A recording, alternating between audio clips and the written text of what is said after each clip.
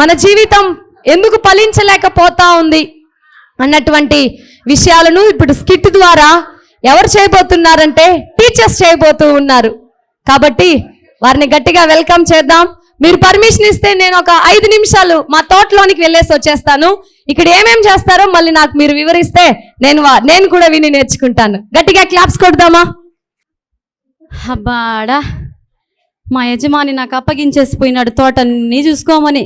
అన్ని చెట్లకి నీళ్లు పెట్టాలి, అన్ని చెట్లకి ఎరువేయాలి. అయ్యో, ఎంత పెద్ద పని ఇచ్చేసిపోయినాడో మా యజమాని. మా యజమాని వచ్చే లోపల చెట్లన్నీ పెద్దదిగా పెరిగి ఫలాలన్నీ కాసేటట్లు చేస్తాను నేను. మా తోట యజమాని వచ్చి చూసే లోపల ఆశ్చర్యమైపోవాలి. అబ్బాడా, అన్ని చెట్లకి నీళ్లు పోసినాను, ఎరు వేసినాను, చాలా నీరసంగా ఉంది. కొంతసేపు కూర్చొని నిద్రపోదాం. మా యజమాని రాడు కదా ఇప్పుడే. అమ్మడా,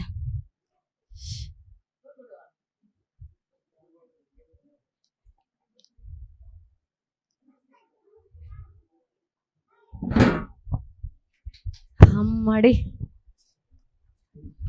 రే, మనం ఇప్పుడు ఏం చేద్దామంటే తోటకి వెళ్ళేసి మన పొలంలో ఒకసారి చూసేసొద్దాం. ఏమేమంతా పంటలు పండుతా ఉన్నాయి, అక్కడ మనం పెట్టినటువంటి పనివాడు చక్కగా పని చేస్తా ఉన్నాడా లేదా అనేది చూసేసొద్దామా మనము?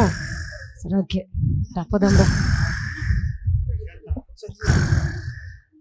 ఏరా, మనం ఎంటర్ అవ్వక ముందే ఏదో సౌండ్ వినిపిస్తా ఉంది. ఏం సౌండ్ అంట? ఎవరో నిద్రపోయేటట్లుంది. నిద్రపోతా ఉన్నారా? అది మన తోటలో మనం యజమానుడిగా ఉండేటప్పుడా? అరే రే రంగయ్య, రంగయ్య, ఎవర్రదే? రంగయ్య, రే ఎవరది నేను నిద్రపోయేటప్పుడు లేపేదా? రే రంగయ్య, రే ఒక్కసారే చెప్పేది, నేను నిద్రపోతాను, నన్ను లేపద్రా. రే రంగయ్య, మొద్దు ఏనా చేస్తున్నావు? ఓనర్ వచ్చానురా ఇక్కడ. నేను యజమాని మన్నించి యజమాని, నేను వేడి వల్ల ఎక్కువ అలసిపోయి కూర్చునేసినాను యజమాని.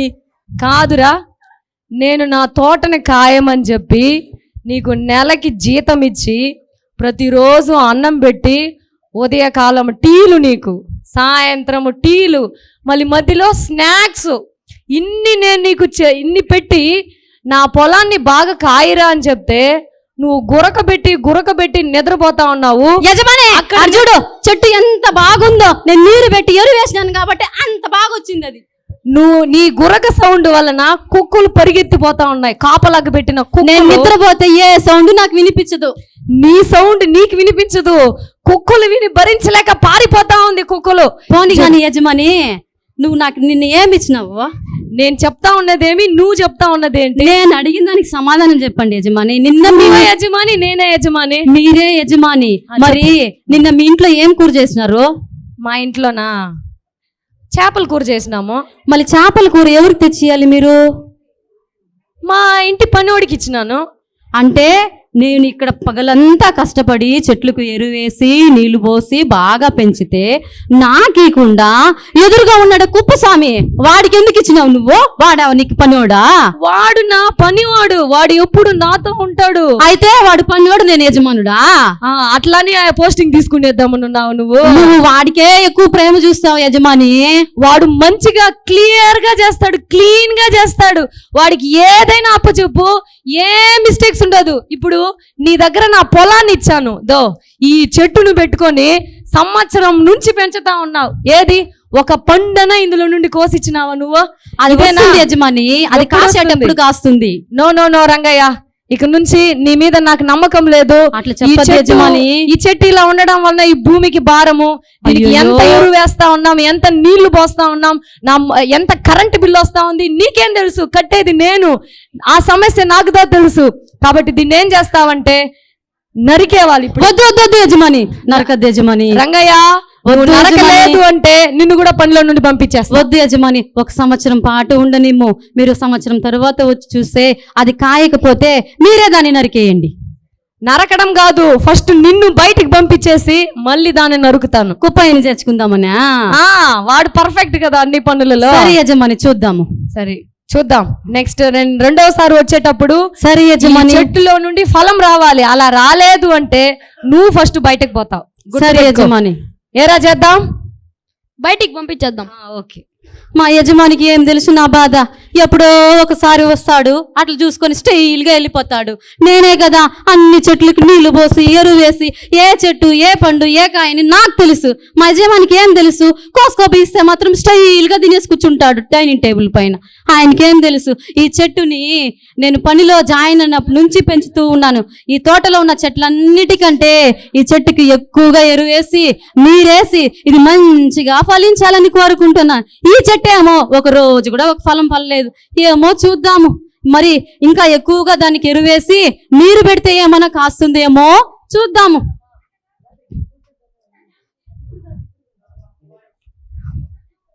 అయ్యో, ఈ చెట్టుకి ఎన్ని ఎరువులు వేసేది నేను, ఎంత నీరు పెట్టేది నేను. ఇదేమో కాయనంటా ఉంది. ఈ చెట్టుని జాగ్రత్తగా చూసుకోమని యజమాని అన్నాడు. కాబట్టి ఈ చెట్టుని జాగ్రత్తగా చూసుకొని ఎరువు వేసి, కొత్తగా వచ్చినాయి కదా ఎరువులు, ఆ ఎరువులన్నీ కూడా వాడి చూస్తాను.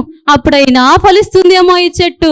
ఈ చెట్టు గురించి మా యజమాని దగ్గర ఎప్పుడు తిట్లే. వచ్చినప్పుడు అంతా ఆడిపోసుకుంటాడు నన్ను, అది ఫలమీ లేదని. ఫలమీ దానికి నేనేం చేసేది? ఈ చెట్టును అడగాలి అది ఎందుకు ఫలమీ లేదని. ఈ చెట్టుకి ఇంకా ఎక్కువగా అన్ని చెట్ల కంటే ఎక్కువగా ఎరువు వేసి నీరు పోసి పెంచుతాను నేను.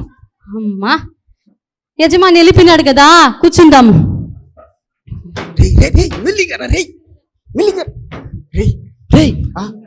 ఆ చెట్టు చూడరా, కల కల కల కల కల అని ఉండదు రే. చెట్టు ఆకులు ఎట్లా ఉండదంటే, చెట్టు ఎట్లా ఉండదంటే దాంట్లో ఉండే కాయలు పండు ఎట్లా ఉంటదా? బాగుంటాయి రే. వేరే లెవెల్ ఉంటది కదా. ఈ రోజు రాత్రికి ఎట్లనా చెట్టుతో లేపేయాలరా. అవునరా, ఏ వద్దురా రే, ఏ పళ్ళు కాయలు వరకు కోసుకోపోతాం రా. వద్దురా రే, ఓనర్ సావుకారి చూడంతా వేసుకున్నాడు. వస్తే అట్లా బిత్తరపడవు. ఏమిరా రే, చూసేసి కాల్ చేసి వచ్చా మరి ఉండవరా నువ్వు రే. అయ్యో సరేలే పోరా, మనలాగా దొంగలన్నా బతికినరా. పోయి తిని కోసి సరేనా, రాత్రికి కోసుకొని వచ్చేద్దాం. 2 గోతాలు రెడీ చేసుకో. ఓకే, రాత్రి అవని ఇడన్నా దాంకుందాం. రాత్రి అవని అబ్బా రే, పదరా పదరా, 9 అయింది, పదరా పదం పదరా. ఏమిరా రే, ఏమిరా చూస్తీవి నువ్వు? బాగా చూస్తీవారా రే? చెట్టు ఏమో కలకల కలా నువ్వు దూరం నుంచి చూస్తే, దగ్గర చూస్తే ఒక పండుగ లేదు కదరా దీంట్లో, కాయ కూడా కనిపించలేదు కదరా. పనికి రాదరా రే, నిన్ను పోయి తడుకొచ్చినారే. ఏరా రే, దీనికి ఇంత ప్లాను. ఏడనా పోయి ఉంటే ఏదైనా 10 రూపాయలు సంపాదించుకుంటాం రా ఈ రోజు రాత్రి రే. ఏమిరా నీ మాటని వచ్చినాం కదరా రే. దొంగతనానికి కూడా పనికి రాలేదు రే చెట్ట. పోరా, నిన్ను నమ్మితే అంతేరా, బోడి కొట్టుకోవాల్సిందేరా. పదరా రే, పోదాం పదరా రే. ఎవరు కంట్లో పడకుండా పోదాం పదరా. పదరా, తన్నపోతారా రే. అయ్యో, ఈ చెట్టును దొంగలించడానికి దొంగలు వచ్చినా కానీ చెట్టుని ఎత్తుకోపోలేదు. అంత పనికి రాని చెట్టుగా ఉంది. ఇది ఏం చేసేది? అయ్యో, ఎరువు వేసి మరీ పెంచి దీనిని ఎలా పెంచాలో తెలియదు. ఇది ఎప్పుడు ఫలం ఇస్తుందో తెలియదు. అయ్యో, దీన్ని ఫలం ఇవ్వాలంటే మీకేమైనా తెలుసా? ఎరువులు ఏదైనా ఉంటే చెప్పండి, మీరు కూడా ఈ చెట్టుకి వేసి నేను పెంచుతాను ఫలం ఇవ్వడానికి. ఈ చెట్టు ఎప్పుడు ఫలం ఇస్తుందో, మా యజమాని దగ్గర నేను ఎప్పుడు మంచి పేరు పెట్టుకుంటానో తెలీదు. అయ్యో, ఈ చెట్టు గురించి రోజు బాధే నాకు. ఈ తోటలో ఉండే అన్ని చెట్లు ఫలం ఇచ్చినా ఈ ఒక్క చెట్టు మాత్రం ఫలం ఇవ్వదు. అయ్యో,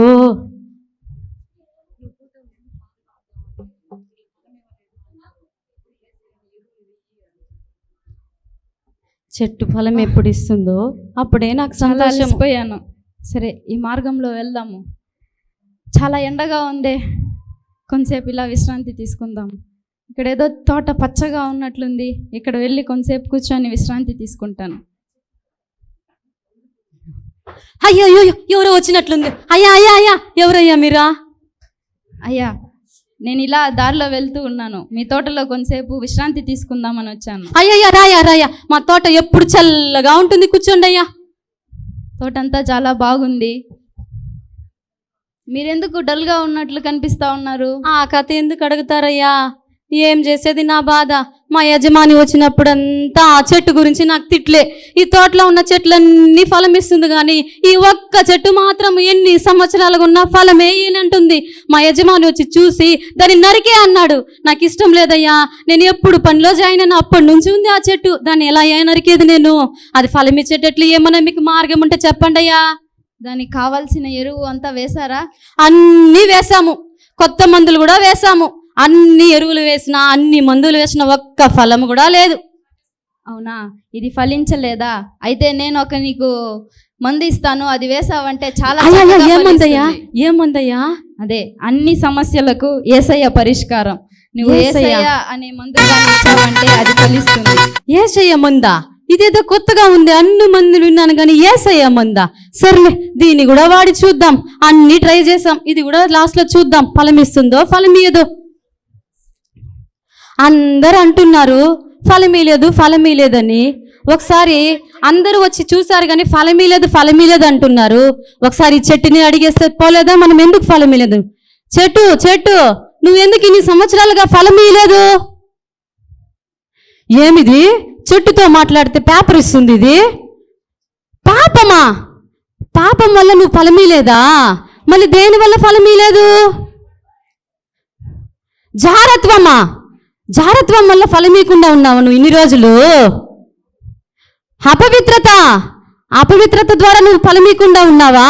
మళ్ళీ ఇంకా కాముకత్వం ద్వారా నువ్వు ఫలమీయకుండా ఉన్నావా? విగ్రహారాధన ద్వారా ఫలమీయకుండా ఉన్నావా? అభిచారం ద్వారా ఫలమీయకుండా ఉన్నావా? మత్సరములు, క్రోధములు దీని ద్వారా ఫలమీయకుండా ఉన్నావా? ద్వేషములు, కలహములు, అల్లరితో కూడిన ఆటపాటలు దీని ద్వారా నీ ఫలమీయకుండా ఉన్నావా? మత్తతులు, కలతలు, విమతలు దీని ద్వారా ఫలమీయకుండా ఉన్నావా? అయ్యో, ఇన్ని రోజులు ఇది తెలియకుండా ఎవరెవరు ఏ మందులు చెప్పినా అన్ని మందులు వాడి చూశాను. చివరికి లాస్ట్ లో మిగిలింది యజమాని దగ్గర తిట్లు తప్ప ఏం మిగల్లేదు. ఏదో ఇప్పుడు ఒక ఆయన వచ్చి యేసు అనే మందునిచ్చాడు, దీన్ని వేసి చూద్దాము, ఆ యేసు మందు ఏమైనా పనిచేస్తుందో లేదో ఆ చెట్టులో వేసి చూస్తే మనకి అర్థమవుతుంది. ఇప్పుడు యేసు అనే మందును ఈ చెట్టు లోపల వేస్తున్నాను, చూద్దాము. కొన్ని రోజుల తర్వాత ఇది ఫలమిస్తుందో లేదో చూసి తర్వాత యజమాని చెప్పినట్లు ఈ చెట్టును నరికేద్దాము, సరేనా? ఈ చెట్టు ఫలాలు యజమాని వచ్చి చూసినప్పుడు ఆయనే ఆశ్చర్యపడిపోవాలి. అలా ఈ చెట్టు మంచి ఫలాలు ఇవ్వాలి.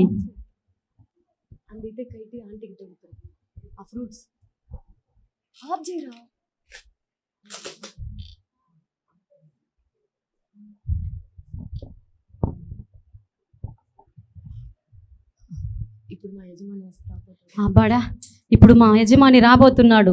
ఈ చెట్టును చూసి మా యజమాని ఆశ్చర్యపడాలి. ఎందుకంటే అన్ని మందులను వాడి చూసిన తర్వాత ఏ ప్రయోజనం లేదు.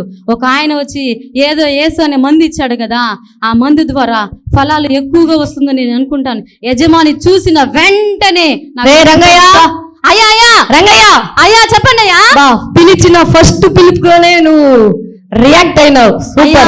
దీని ద్వారా నిద్రపోకుండా నా పంటని బాగా కాస్తా ఉన్నావు.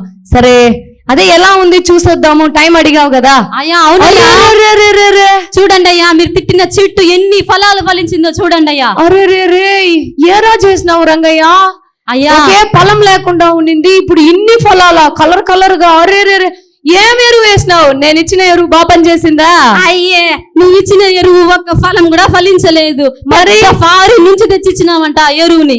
ఆ ఎరువు శుద్ధ వేస్ట్ యజమాని. మరి ఏం చేసావురా? ఒక ఆయన వచ్చినాడు యజమాని, ఆ ఊరికి వెళ్తున్నప్పుడు ఆయనకి ఎండగా ఉందని వచ్చి తోపులో కూర్చొని నేను బాధపడతా ఉంటే నా బాధను అడిగి యేసు అనే మందుని ఇచ్చినాడు యజమాని. ఆ యేసు ఒకే ఒక్క యేసు మందు వేసినాను అంతే. చూడు, ఎన్నో సంవత్సరాలుగా ఫలించిన చెట్టు ఆ యేసు అనే మందుతో ఎన్ని ఫలాలు ఫలించిందో చూడు యజమాని. సూపర్ రా నువ్వు. ఇక నుంచి నువ్వే పర్మనెంట్ గా ఇక్కడే ఉంటావు, నా తోటలోనే పని చేయాలి, సరేనా? నేను చూడు ఇది ఫలించలేదు, నరికి అని చెప్పేసి మీకు భారం అని చెప్పి టైం కూడా ఇవ్వలేదు దానికి. కానీ నువ్వు టైం తీసుకొని దానికి వేయాల్సిన మెడిసిన్ వేసి, వాక్యం అనే మెడిసిన్ వేసి ఫలాలను వచ్చేటట్లు చేస్తావు రంగయ్య. Super Rangaiah, super Rangaiah. నా చెట్టు ఫలించింది రబ్బా స్వామి. సరే, ఓకే రంగయ్య. దీని ద్వారా నేను కూడా ఏం నేర్చుకున్నానంటే దేనిని కూడా అలానే వదిలిపెట్టకూడదు. ప్రతి సమస్యకి పరిష్కారము ఉంది అని తెలుసుకున్నాను. దాన్ని కనుగొనాలి. అది కనుగొంటే దానిలో ఉన్నటువంటి లోపాలను, అది ఎందుకు ఎదగకుండా ఉందో కనుగొంటాము. అది నాకు నేర్పించావు రంగయ్య, నీకు చాలా థ్యాంక్ యూ. సరే యజమాని, అయితే నేను వెళ్తాను యజమాని. ఎక్కడికి వెళ్తావు? నా తోటలోనే ఉండాలి నువ్వు. ఇంకా బోల్డ్ అంతా చెట్లు నాటుతాను, అవన్నీ ఫలం ఇచ్చేలాగా మార్చాలి నువ్వు. ఫలం ఇస్తాను సరేనా? యజమాని. ఆకలిగా ఉంది, తినేసి వచ్చేస్తాను యజమాని. Okay okay Rangaiah, super super. Hallelujah. విన్నారా మీరు స్కిట్? విన్నారా, చూసారా? నచ్చిందా? నేందా మిస్ అయిపోయినా.